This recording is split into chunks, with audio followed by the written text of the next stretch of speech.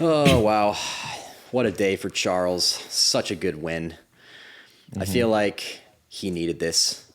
2 wins back to back after losing to Ilia, man. They keep saying that Ilia was fighting people out of their prime. I don't buy it. Max had a really good win against Poirier. Charles is coming off 2 wins. Volk went on 2 wins in a row. I don't know, man. I think Ilia is just that guy, but Charles' decision. This was what you thought was the least likely outcome. Care to explain yourself? Why did you think that was least likely? Okay. To my defense, I said the second most likely was Charles sub, and Charles, in probably 4 instances, had locked in chokes that everybody who was watching this fight was pulling everybody was making that face when they were watching these chokes.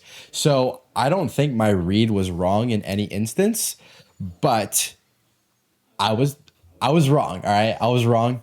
But I can't take anything away from Charles. I do think he could have finished that fight a lot, but based historically, Max is just a very durable guy, and I can't hold that against Charles. He had an insane performance. Yeah, Insane. very good.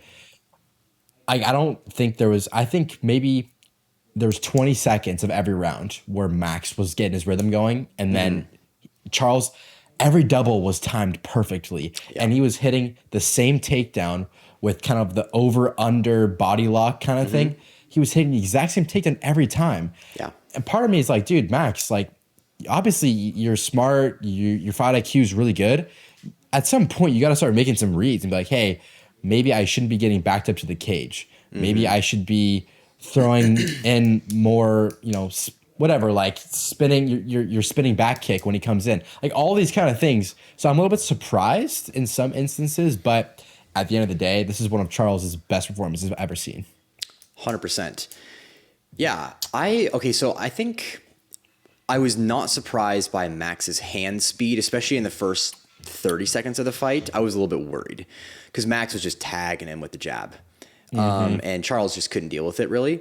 But when it actually came down to those kind of high pressure moments, where both of them are kind of trading, dude, Charles always got the upper hand. I really think that Charles's power advantage really kind of shined in this fight. And of course, like you were saying, dude, upper body takedowns. This was an absolute clinic on upper body takedowns.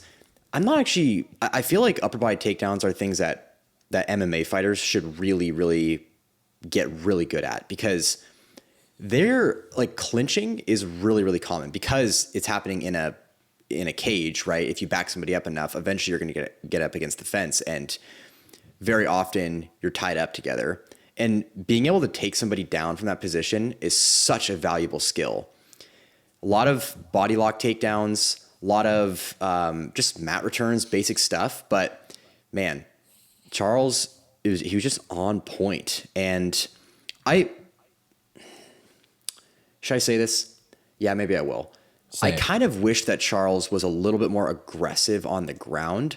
I think he landed some good ground and pound, and yeah, I don't fault him for the submission attempts that he tried, but especially in the 4th and 5th round, it's like you kind of coasted your victory here a little bit, and maybe I don't blame him. It actually reminded me a lot of the Michael Chandler fight. Sometimes he just has a very like tactical, wrestling heavy approach, and it's a really clear way for him to win decisions, which seems kind of out of character for him because he's such a good finisher. But hey, hats off to him. I don't think there was a single moment in this fight when Max really seemed like he had the upper hand.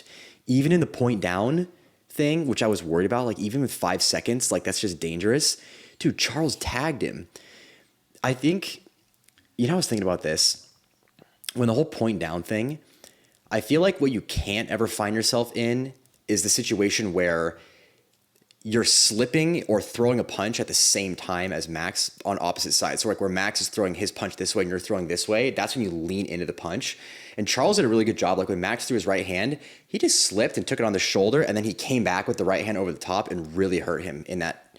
I mean, not really hurt him, but he had Max kind of like, he was kind of like stumbled for a second there at the end. Just pretty technically flawless performance from Charles. Yeah. Man. I can't blame Charles for coasting a little bit in this fight because he obviously felt like he had a lot to lose. Yeah. Because there is a scenario where Charles lost this fight. Maybe he got finished, maybe he got TKO'd, and he probably would have retired. Yeah. I remember Charles said that after the Ilia fight, he was going to retire. And then he went home to his farm and his family. And over a couple of days, just the overwhelming support from the fans, DMing him on Instagram and all these things just kind of filled his spirit in a sense. And that's what made him want to come back and fight Gamrot. But going into this fight, another belt opportunity. I mean, we'll just say that the BMF is a belt, another belt opportunity. He was feeling the pressure. He probably was. And so there was part of him that is the round 3. He's already banked 3 rounds or whatever. And he's like, I want this win so bad that I'm not going to jump the back and maybe fall off. I'm not going to do this. And that was probably going through his head a little bit. You're also talking about upper body takedowns. And the first thing that popped in my head is Greco-Roman wrestling, right? And, one of the greatest fighters of all time who his background is in Greco-Roman wrestling, Ilia Topuria. And funny enough, when Charles attempted the exact same wrestling takedown, upper body takedown against Ilia with his background in Greco-Roman, reversed it and actually lat dropped Charles. So it's kind of going back to your point that upper body takedowns in Greco-Roman wrestling could be kind of, in a sense, a dark horse of a base in MMA. Going into the newer generation of MMA fighters. Yeah, I agree. I think, to his credit, he also did land some good, I want to say it was the second round where he timed his takedown off of one of Max's kicks, which was really good. He kind of essentially, it was basically like a double leg, but kind of almost like a blast double. He kind of just ran him down with his head into Max's chest, if I'm remembering correctly. I might have to rewatch that, but yeah. I want to pivot here a second, but I'm kind of curious about what you think about this. It seems to me like just very immediate reactions that I saw online. It seems to me like there's kind of this sentiment that the BMF fight, there's expectations that it's going to be some kind of striking fight. Even DC kind of hinted at that in the 5th round. He was like, do I say it? Yeah, I'll say it. He's like, I kind of wish there was more striking in this fight. Do you think that should be a thing for the BMF fight? I'm not sure how I feel about it, but I'm curious what you have to think. I think the BMF fight is less about what we need to see and more about fighters who are given the opportunity. Like the BMF, if it was only for fighters who get lots of finishes, that's basically the main criteria. Or fighters who maybe don't get a ton of finishes, but throw caution to the wind, something like that. And so I don't think there needs to be an expectation about what's going to happen. Obviously, for this fight, I expected it to be a finish probably under 3 rounds, but it didn't. But that doesn't mean that either of these guys should not have been in the BMF conversation because their resumes show their BMF capabilities. So I'm not sure it has to be striking, but I do think the people that are given the BMF opportunity, the title shot, they have to have more finishes. I don't think it's striking really. I think it's all finishes for me. But I agree. I think the BMF thing has a lot to do with aggression and just how comfortable and how much you just kind of walk into chaotic situations and you don't back down. You're not the kind of guy to try and squeeze out wins doing the bare minimum. Like, I hate to say it, but, someone like Merab, like would Merab ever fight for would you consider Merab a BMF? Not really. I don't know if I would. I don't know if he quite fits the archetype. He's a good fighter, but is he like the BMF type? It's like, I don't think so. But does it have to do with finishes? Maybe, but like Nate Diaz was fighting for the BMF belt and I don't know, he kind of sucks. So it's like, yeah, I feel like I don't have a problem. I guess where I have a problem with saying that BMF fights should be more striking based is that if you have a grappling advantage, right, are you really supposed to just kind of throw that away in a BMF fight and give your opponent an advantage? Like, that just seems kind of dumb to me. You know, I mean, this is MMA at the end of the day. Like, they can grapple. It's not against the rules. It's kind of more just like an honor rule, I guess, if you try and make it more of a striking match. But why even have the BMF title in an MMA promotion if you don't think they should be grappling? You know what I mean? It just like doesn't make sense to me. I guess where I would say I am kind of more middle of the road on it is that, yeah, I think you can grapple in a BMF fight, but your grappling should be really aggressive in that way.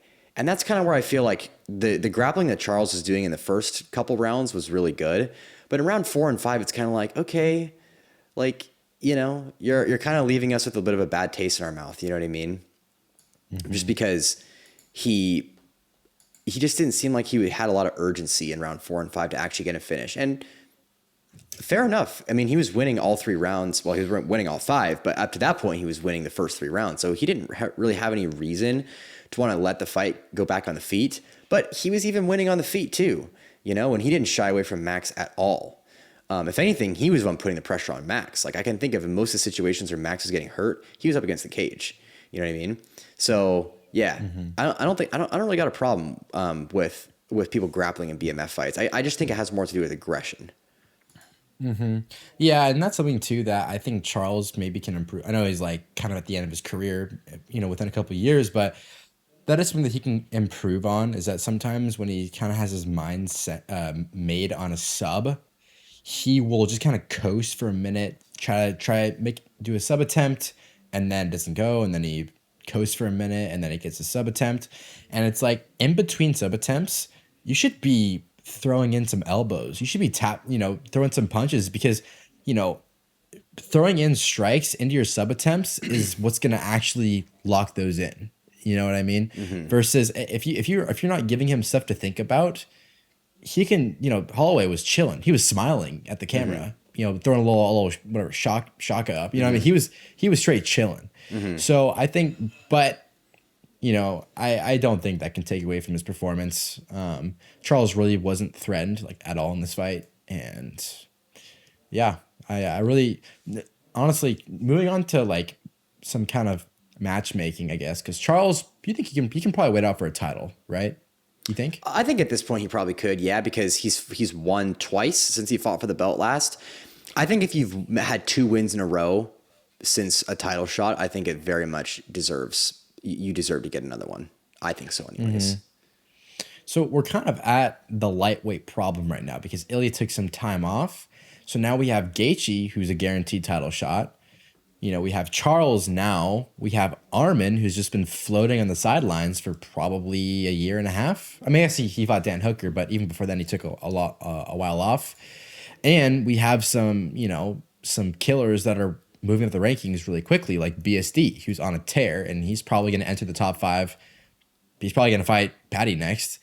So I don't really know what to do with Charles. It's like, does he fight again? Does he wait for after Gaethje gets a title shot and fights Ilia in a year? Or I'm assuming Ilia beats Gaethje, but you know, fights for the belt in a year from now. But then he'll probably be like almost 37. It's like, yeah. So I don't really know what Charles does. If I were Charles, he got the BMF belt. I think he should just look for some fun super fights in a sense and just kind of like coast into the sunset. I would love to see Charles. He was talking about going to 145, but after watching his fight, he's so physical, he's so big. Dude, I think he would have some fun fighting in 170. You know, if Sean Brady can fight at 170 and Joaquin Buckley, actually, Joaquin Buckley's pretty big, but I'm saying maybe height-wise. But I'm just saying, I think Charles Oliveira should just have fun with his career. I think he's already done everything he needs to do. You know, he's probably the only guy that is close to competing with Islam for the lightweight GOAT, resume-wise. Maybe not the fact that he's like undefeated or whatever, but just out of straight wins, like this is a really good win on his record. Really good win on his record. Yeah, I think, okay, so I agree with you. Going down to 45 doesn't really make sense. I don't even know how he would make that weight. I don't know if he should go up to 70 because I feel like 55 is just a perfect weight class for him. It's just it's just the perfect sweet spot. I don't really know what he would do at 170. Like what fights are up at 170 that would be more worth than staying down at 55. I think the one thing I could see him doing is when Gaethje fights Ilia around that same time, he could rematch Aiemann. I know it's kind of like, wow, really? Because they both kind of deserve a title shot at this point. But if they did that, it would kind of settle that issue of, okay, we have 3 people who essentially are deserving of a title shot. One of them actually gets the title shot, and the other 2, effectively eliminate one of, each other from the title picture. For example, at featherweight, they're kind of doing that with Movsar Evloev and Lerone Murphy, right? Both of those guys, in theory, probably could get a title shot at this point, but they're fighting each other, so that way only one of them can really get it. You know what I mean? And I think a lot of people would really want to see the Aiemann rematch because, if we're being real, it kind of seemed like Oliveira, it was a very winnable fight for Oliveira. He just kind of got screwed over by the rounds and just kind of like the weirdness of he had 2 really close submission attempts at the end of round 2 and round 3.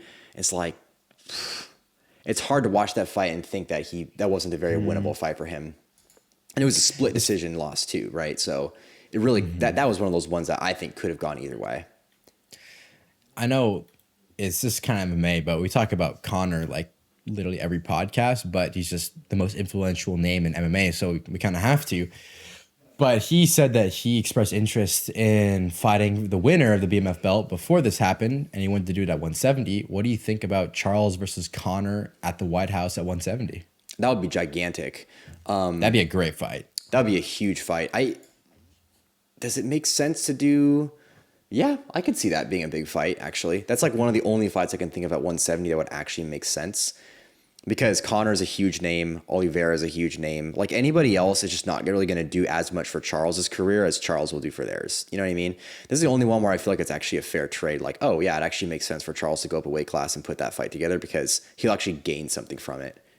Money, obviously, but also just legacy and stuff. It'd be fun to watch. I mean, it's just an entertaining fight. Yeah, the buildup would be amazing. And if I'm giving my pick, I think Charles would probably maul Conor. Oh yeah, Charles would win that honestly, fight for sure. Just off of sheer activity in his career, it's kind of a hard fight to come back from. But yeah, I think we kind of set our piece on the main event. Yeah. The one thing I was going to say, actually, I don't want to get too into the weeds here because sometimes describing grappling stuff is kind of hard without really showing it. But Fight Lab. Yeah, I wish more people use the straitjacket system when it comes to hand fighting when you have someone's back. So if you don't know what that is, basically what you do is a lot of times when people are controlling the back, right, they reach underneath their opponent's arms, at least on one side. On the other side, their choking arm is over their shoulder, and they kind of grab the arm that's on the same side. So they'll reach underneath and grab a wrist. They'll reach over the top and grab a wrist, or usually their opponent is actually grabbing their wrist because they're controlling the choking arm to stop it from putting the choke in, right? That's usually what's going on. The straitjacket is essentially you pass the wrist on the other side across, and you take the wrist that the opponent has on yours, and you pull it across this way. So your opponent is basically doing this. Like if you ever seen like a magician's straitjacket where their arms are tied behind their back, like that's kind of what you're essentially doing. And it gives you a ton of control of their hands because you can pull them, you can move their body really well. And also, one of the best parts about it is that your opponent's, basically whichever arm is lower, you can stuff it underneath one of your legs. And once you have one of your opponent's arms trapped inside your body triangle or basically under one of your legs, sinking in the choke from there is really, really, really easy. And that whole system for hand fighting when you have someone's back was made really popular by John Danaher. He may have even been the guy who kind of created that whole system, but all of his students are absolutely legendary. And they've proven that system is probably like the best way, the most systematic way to hand fight and attack the rear naked choke from the back. And I just don't see that many MMA fighters using it. Maybe the bulkiness of the gloves would make trapping the arm challenging, but I don't know. I think I would love to see someone try and actually give that a go. But anyways, that's all I had to say about that. Mm-hmm. Yeah. No, I don't have anything to touch on with that. But just to kind of like revise, just take a second and revise the matchmaking for Charles. Our thoughts were he could either fight Conor at 170 is kind of a dream fight, or he could also fight Aiemann, or probably wait a year if he wanted to for the belt. Yeah. we didn't really touch on Max at all. It's safe to say that he probably has to fight down the rankings. Probably. This was kind of a gifted opportunity for him. Patty's probably going to fight BSD. I wonder if Max, it's kind of like, he's fighting, Mauricio's got to fight booked. The only people that aren't booked is Dan Hooker, Mateusz Gamrot. I don't know, man. Do you have any interest? I have no idea. Well, if you don't have any interest, I guess Mauricio Ruffy is going to fight Michael Chandler, who's way ranked low. We can get into that too at some point, but at the White House. But I would ordinarily say if Mauricio Ruffy beats somebody, a fight between him and Max would make a lot of sense because, yeah, Max is kind of on his way down and Mauricio Ruffy's kind of on his way up. But, dude, I don't really know. I guess he could maybe fight Gamrot or something, but Gamrot is just coming off of a loss to Oliveira. Dan Hooker is coming off of 2 losses in a row. One to Aiemann and one to Benoit Saint-Denis. So, yeah, I don't really know. I mean, BSD could be a good fight. Maybe Max should fight Patty. Honestly, maybe he should fight Patty. But I feel like they're probably going to try and get Benoit Saint-Denis into a title picture a lot sooner at this point. But yeah, I don't know. I think Max probably realistically needs 1 or 2 more wins. Probably 2 more wins before he's even really considered for a title shot at this point. That's my opinion anyways. I don't really know though. It's kind of hard. I think some other fights in this division kind of need to happen and see how things shake out before a really clear next opponent for Max kind of makes sense, if that, you know what I mean? Yeah, makes sense. Let's move on to the co-main. Yeah, I mean, I really, really wanted Reinier de Ridder to win. I'm actually really surprised that it was a unanimous 30-27. I thought it should have been a unanimous 29-28. I think it probably would have been closer. It would have been closer to an RDR 29-28 than a Caio 30-27. I don't know where that number got pulled out from, but I don't really think this fight really does much for the division. I mean, Caio won, but he still probably needs like 1 or 2 more wins to get a title, and he lost to Imavov, who's just getting a title. But I mean, he looked decent. I mean, like always, really, really fast, and decent footwork. He was getting kind of tapped up by RDR. RDR's 1-2 was pretty money. He just didn't throw it enough. I think if he threw it a couple more times, he probably would have taken that 3rd round, but who knows? But what are your thoughts on it? Yeah, I think the biggest thing that I took away was Borralho was absolutely destroying Reinier de Ridder's legs. With a low kick. I actually do. I like. It's kind of funny. Reinier de Ridder makes it look so effortless to back his opponents up. I think partially because he's so tall, but also because he uses his knees as like a really good threat. There were a few times in this fight, this is something that kind of stuck out to me I thought was interesting, where he would, instead of, like typically you think of people kind of shuffling forward, right? Because if you're kind of walking forward, you're a little bit vulnerable, when as you're taking a step forward versus shuffling forward, it's much easier to kind of move backward on a dime almost. But he would sometimes just almost like march forward, popping his knees up as he marched. And Borralho he just backed up because he didn't want to get hit with a knee, And so, I don't know. I think there was a lot of blatant fence grabs from Borralho, which I think especially in one of the rounds, it actually stopped the takedown, but I think Herb Dean missed it. Would that have affected the result of the fight? Probably not, but it was a little, I don't know, it was a little scummy, but hey, I don't blame him sometimes, Like if you're in that situation, you're literally in a fight. You're kind of in fight or flight mode. Like you're going to do whatever you can to deal with that situation. But yeah, that's all I got for that fight. Yeah, I don't really know much more to say either. I hope RDR comes back. I do like him. I don't even know why I like him. I just do. You know what I mean? He's active. Every time he's active. Yeah, I think he's pretty likable. Every time he fights, dude, because he's so slow, he just like doesn't really avoid punches. I always like squint my eyes every time like Caio threw a bomb at him. I was like, oh, is it gonna connect? Oh, it didn't. Okay, it's like he just doesn't move his head. But yeah, I hope he comes back. But we can probably just move on. I don't really have much more substance to say about it. Yeah. Raul, dude. I was Same way about Charles, but I thought he'd go for a finish was kind of a similar scenario here.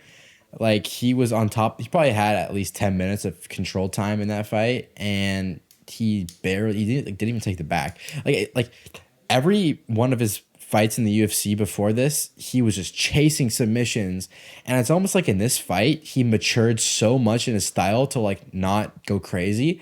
He was like too monotone. He just didn't do anything. It's like, dude, you know.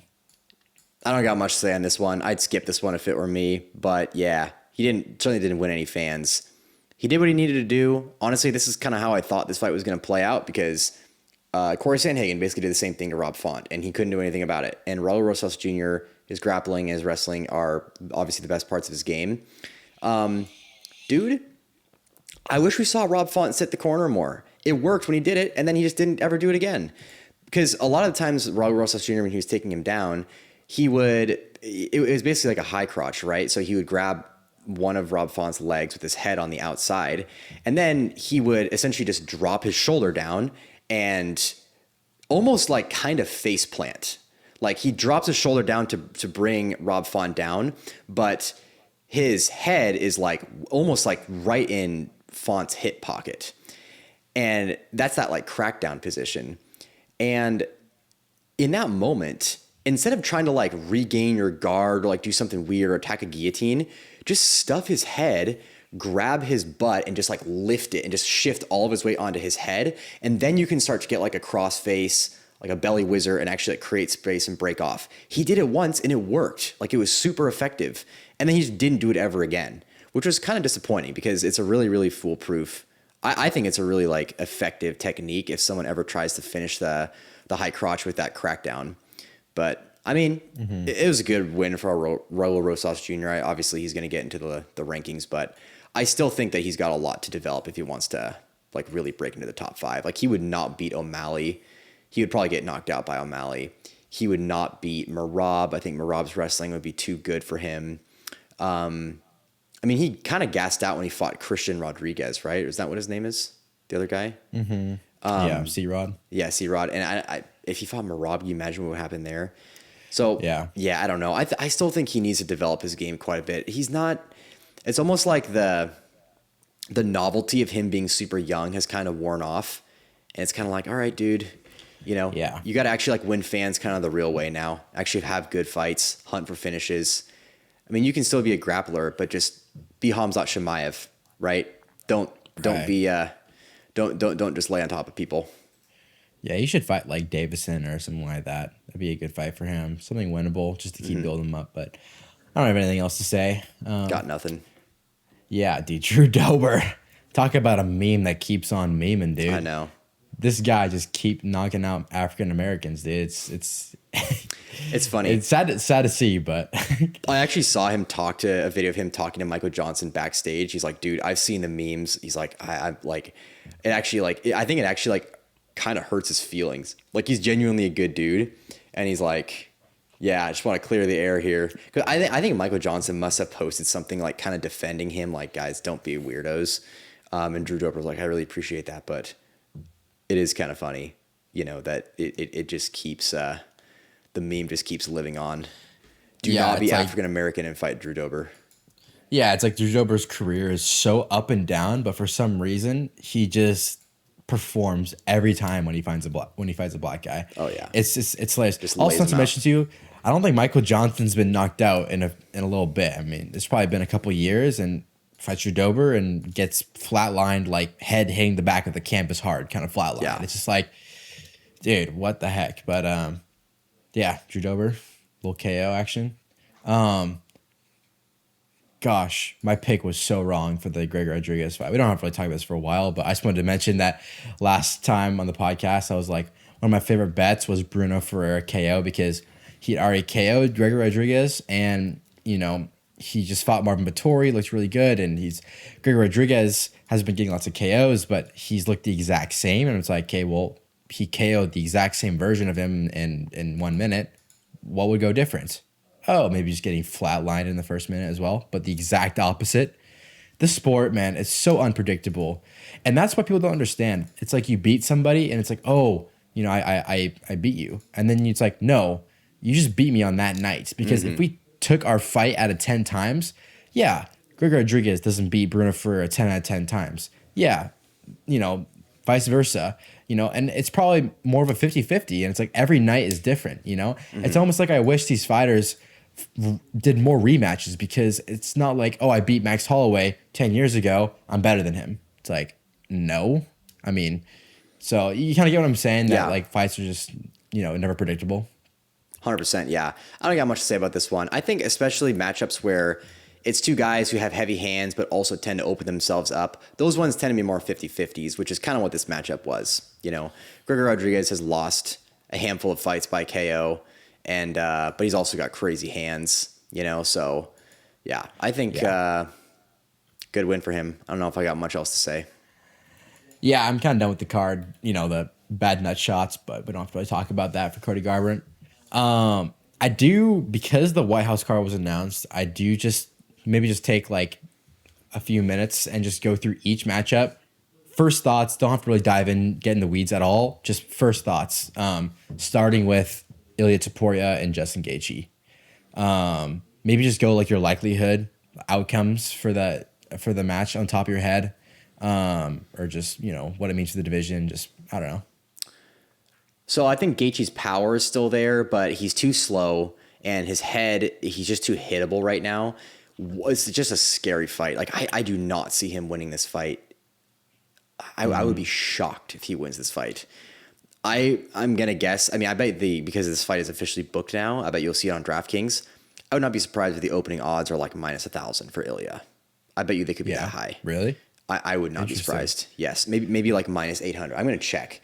But yeah, I mean, obviously they have to make this fight because Gaethje won the belt, the interim belt. Dude, it's a shame they couldn't have put Patty on there. I guess it's better that Gaethje is on the White House card because he's like American, but I think the Patty Ilia fight would have been bigger. I just think this is one of those ones where Gaethje has such a proven career that there's no more tricks up his sleeve. We know exactly how Gaethje fights, and so there's no mystery about this fight at all. You know what I mean?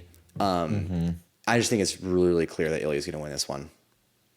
Okay, that's safe to say. So my question is, if Justin Gaethje, the 5% chance that you give, maybe the 10% chance that you give him to win this fight, how does Justin Gaethje make it competitive and somehow beat Topuria? Probably by KO if it happens. How does Justin Gaethje do that?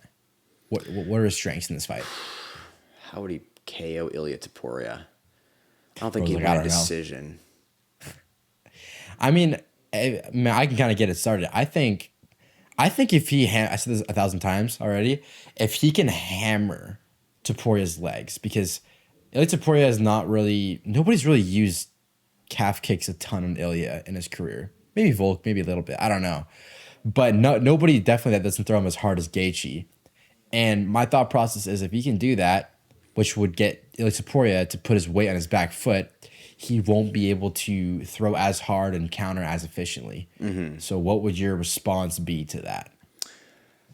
I agree. I think kicking Ilya's lead leg would be big.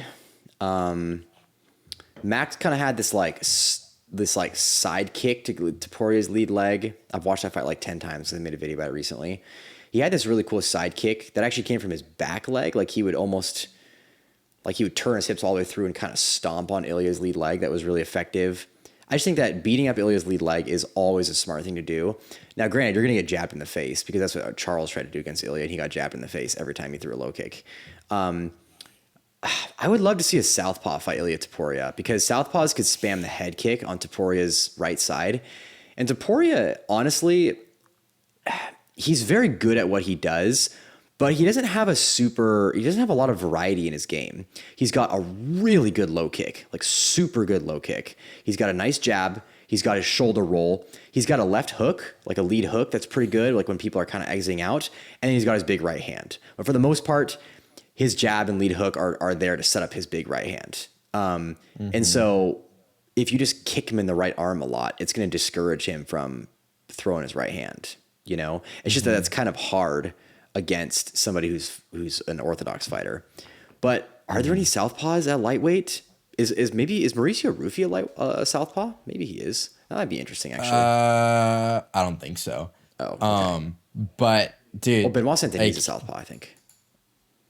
but Benoit would get No, he'd get killed by Ilia. Holy crap. Yeah, that wouldn't even be Dude, competitive. if you're talking about southpaws, a fight that actually would have been really probably more competitive than people think would have been Dustin, because Dustin was a southpaw, and I think he would have made that a dogfight with Ilia. He doesn't throw head kicks, though. I really want somebody to attack his right arm. Like, just beat the crap out of it. Just throw a million kicks at it and really make Ilia not want to, like, extend. Yeah. Yeah, that's fair to say. I just checked. So, Ilia is a minus 455 favorite over Justin Gaethje. dang. Yeah, it's like, dude, even though part of me is like, is there any way I can, like, make it, reasonable to put any money on Gaethje at those odds? Because I never think Gaethje's out of a fight, but if there's ever a time where Gaethje's out of a fight, it's probably this one.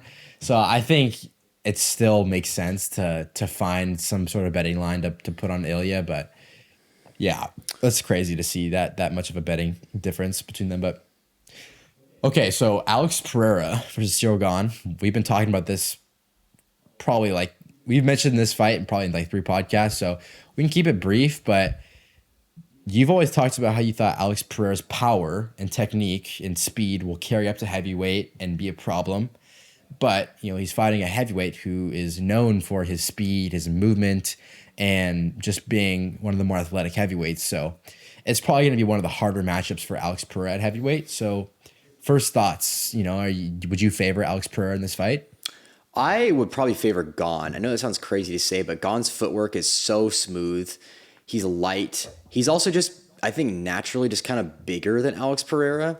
Like, he's more like a true natural 250-pound dude, whereas Pereira is kind of like, has kind of blown up. Yeah, he's kind of blown up to hit 250. And okay, so when it comes to, like, your power and how that translates to your ability to knock someone out, I don't think that's probably as significant as some people think it is.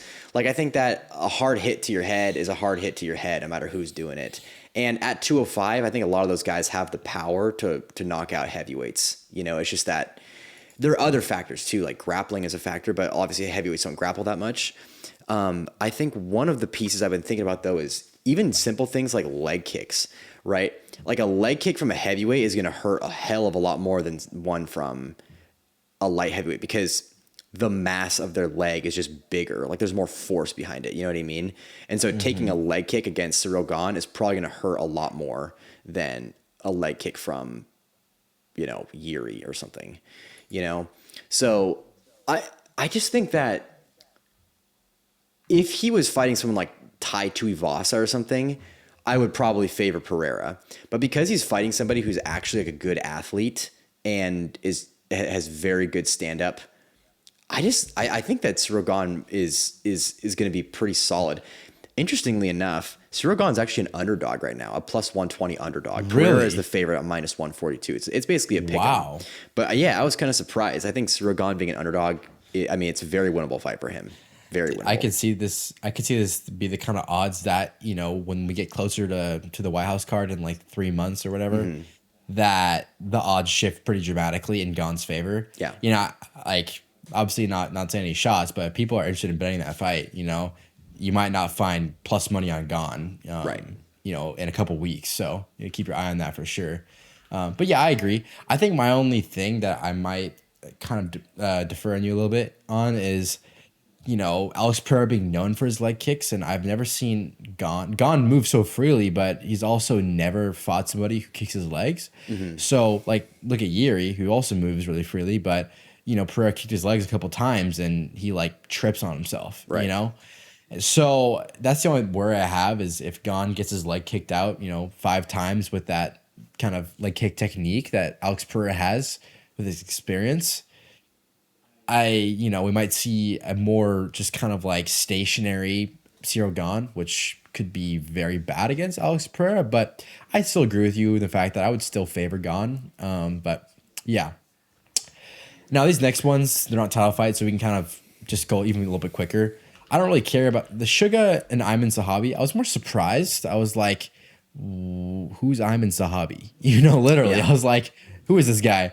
And then obviously I talked to you that I imagined the whole, like, oh, somebody pulled out, last night. And I was like, it's probably Peter Yan. I'm pretty sure that Sugar was probably supposed to fight Peter Yan. I'm sure there was supposed to be a third title fight. Yeah, I bet that's what it was. Because there's no way Sugar got the call for a lower ranked Aiemann Zahabi, and was like, oh yeah, I'll take this fight. This guy is going to be great for my resume and career. Like, who's Aiemann Zahabi? So I'm sure it was a last minute thing. But I still think it's a good fight. I really have no idea what Aiemann Zahabi's style is. I just watched the fight with him and Jose Aldo, but is he a striker? Is he a grappler? I don't even know. So yeah, I mean, obviously, stuff too. I can't even give you a pick. Although I mean, Suga I know is high level and has he's a big favorite.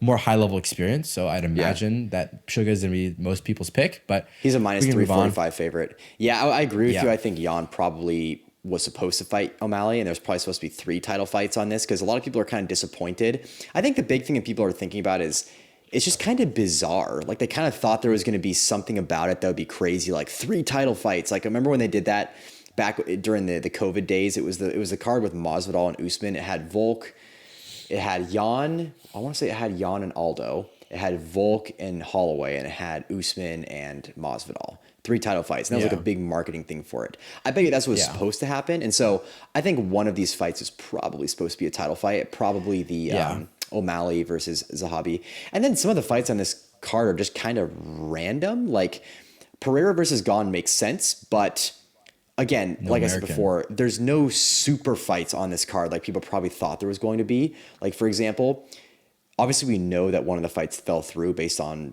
that thing that was floating around on social media that kind of happened last minute at the weigh-in show. But like, which one was it? And I don't really know because there's a lot of kind of funky fights on here. My guess is that Yan is probably the most likely fight that fell through. My second guess would probably be that Pereira was probably supposed to fight John Jones, maybe. That's possible, but maybe a little bit more of a stretch. But that would have been perfect for the White House if Pereira fought John Jones because John Jones is American. The last thing I was going to say, and I guess this kind of gets into the next part, was Conor may have been fighting Michael Chandler as the headliner, and then they had to say, "Oh, Conor pulled out. Who else can fight Michael Chandler?" Obviously Michael Chandler was like American and stuff, so they had to put him on there. Conor would have been perfect. It would have been the perfect headliner for this whole thing, but instead they had to put Mauricio Hoofy because that's another one that's kind of just strange. Like, why would Mauricio Hoofy fight someone way lower than him if he just came off of a really solid win against like a top 8 fighter, and he's fighting like the number 14th guy in the division in Michael Chandler, Funny enough that I cut you off, but funny enough that Mauricio Hoofy actually kind of mimics old Conor's style. So we're kind of getting, Conor Chandler just without the Irish vibes, but sorry, you're going to continue your point. Oh no, I didn't have much else to say. I guess I was going to say that Mauricio Hoofy's a minus 410 favorite over Chandler. Yeah, he better be, dude. He's gonna freaking maul Chandler. Yeah. But yeah, I feel like people don't understand though that like the selling factor of this fight isn't that it's gonna be a crazy fight. The selling factor is that they're finding a way to do it on the White House. Yeah. Like that is the selling factor. Right. Not that it's gonna be some super fight. I would have appreciated a double. I guess show Alex Pereira is kind of a double champ fight, but I don't know. Maybe like a fight with Islam and an American. Islam versus Ilia would have been crazy, although it's not American, but. Yeah, I mean, they said that they're paying $60 million to do this, and they paid $20 million for the Sphere. I'm like, dude, frick that, dude. Let's do 3 more events at the Sphere. That was super cool. Wow. Let's do that versus, that 3 events at the Sphere. But it's okay. But yeah, I guess Mauricio Ruffy, I believe is gonna maul Michael Chandler. I just don't think Michael Chandler's in his prime, and And then also Bo Nickal and Kyle Daukaus, like what? I'm kind of at a loss for words for multiple reasons. One, I mean, Kyle Daukaus looks good against Michel Pereira, but are you kidding me? This guy gets the opportunity to fight in a once in a million, pay-per-view, but they can't give Bo Nickal like some ranked finish crazy prospect. Is like, why are they giving him Kyle Daukaus?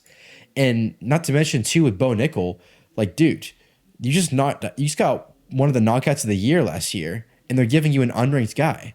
When are you gonna get in the rankings, dude? What the heck? Like, I don't understand that. I don't even. You can go on. I'm tired of this. Yeah, I don't really care about this fight honestly that much. I mean, Bo Nickal's pretty good, I guess, but he's got a lot to improve. in general, still, I think he's an okay fighter. Like, I think he's probably like, he probably deserves to be somewhere in the 10 to 15 rankings at middleweight. That's just my opinion. Kyle Daukaus, I don't know if I have a problem with them giving him to Bo Nickal. I mean, he's coming off of 2 round 1 finishes within the first minute. So obviously he kind of re-entered the UFC with, you know, a lot of explosiveness, I guess you could say. And so he'll at least make for an entertaining fight. And interestingly enough, he's actually the underdog. He's a plus 185 underdog. And I'm not sure if I agree with that. Yeah, I think Kyle Daukaus is actually, he seems pretty decent. Yeah. He's got really good jiu-jitsu. He has a really, really long arms, like crazy long arms. So he's kind of known as like, I think his nickname's the Darce Knight. Sure. Instead of the Dark Knight. It's actually kind of a hard nickname. He's got the same reach as Bo Nickal. Both of them have a 76-inch reach, which is crazy. Super long arms, they both do. I think one of my it's the right word, but grievances is that he's also, Bo Nickal's above Diego Lopes. I think that's super disrespectful. Same thing happened on UFC 300. He was above Yuri, like probably a guy with probably top 5 pay-per-view selling capabilities. He was above Yuri, and now he's above Diego Lopes, who's a former title challenger. Like, dude, who cares about Bo Nickal? Yeah, okay, I'm being a little harsh, and I think he's a good fighter, but I just don't understand the fact that he's given these matchups, and I feel like they kind of disrespect other fighters when they put him above them. Yeah, I don't really care that much about that kind of stuff, honestly. I think part of it's probably him being American, but I don't know. I guess I don't have anything to say. Fair enough. Dude, Steve Garcia versus Diego Lopes. That's a banger. Bro's locked in. Yeah, Diego Lopes.